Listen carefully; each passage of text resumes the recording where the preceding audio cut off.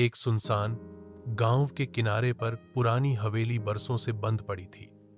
लोग कहते थे, वहां एक दरवाजा है जो खुलता नहीं, मगर अगर एक बार खुल जाए तो बंद नहीं होता।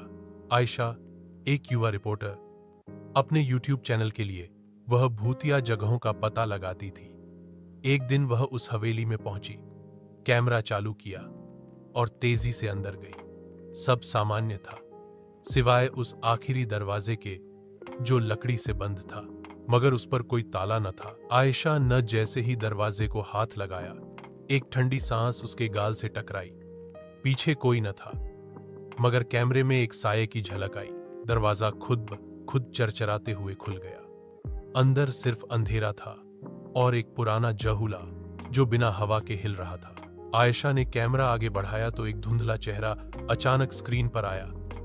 बाल बिखरे, आंखें सफेद और आवाज आई, तुमने वादा तोड़ा, अब कभी बाहर न जा सकोगी। वीडियो वहीं बंद हो गई। आज तक आयशा नहीं मिली, सिर्फ उसका कैमरा मिला, जिसमें आखिरी फ्रेम पर वही दरवाजा बंद होता दिखाई देता है। बाहर से नहीं, अंदर से।